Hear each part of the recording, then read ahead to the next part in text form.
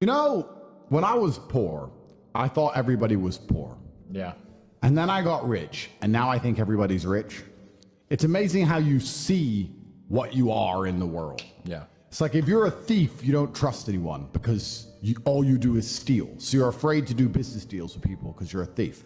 When we do business deals with people, we just shake hands because we know that we're well-intentioned and we don't even need a contract. We'll just talk to a war room guy and say, yeah, okay, good deal, shake hands, done. Split the money at the end.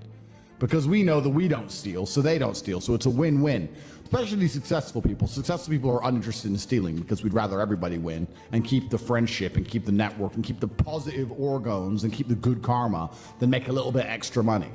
So it's amazing what you see in the world. And if you become a person who is happy and successful and can take care of himself and adopt struggles, you're going to start finding those other people who do the same thing, and then you're going to build a network and become fantastic.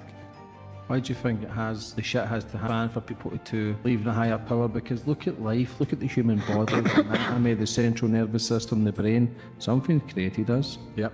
So why do you think that people have to wait? Because the law of attraction is a big thing, and I've been listening to you. Do you think you could have actually spoke a lot of your misery into existence because you're saying what's going to happen? That's a good question. So the first thing, the reason I think people need God only when things hit the fan, it's the same thing we discussed earlier about people not being grateful for anything until they lose it. It's the same mindset. We go to God when we have problems, but when everything's going good, we don't thank him enough. And that's one thing I try and make sure I never do. I don't pray to God to ask for things. I pray to God to say thank you for things I already have. That's one of the first mindset things I try to change, is to show gratefulness to him. By extension, I show gratefulness to my life. As for speaking things into existence, I've actually thought about that, and a lot of people have said that to me. Andrew, stop putting it in the universe, because you're saying they're going to do these things, and then those things happen. But then I also feel like by saying them, I protect myself. Imagine I never told the world 25 times they're going to put me in jail for no reason. Like the second I went to jail for no reason, that helped me a lot. So I'm kind of predicting the future as a shield. I'm not trying to speak them into existence. I'm trying to predict the future as a shield, but I understand what you're saying, and it's a fine line. I have to be very careful because Words are powerful. Oh, they're absolutely powerful. And I also don't want to make anything come true, right? Because it's amazing how you can also self-fulfill things. You can make things come true by self-fulfilling them. And I don't want to do that. I don't want to say something.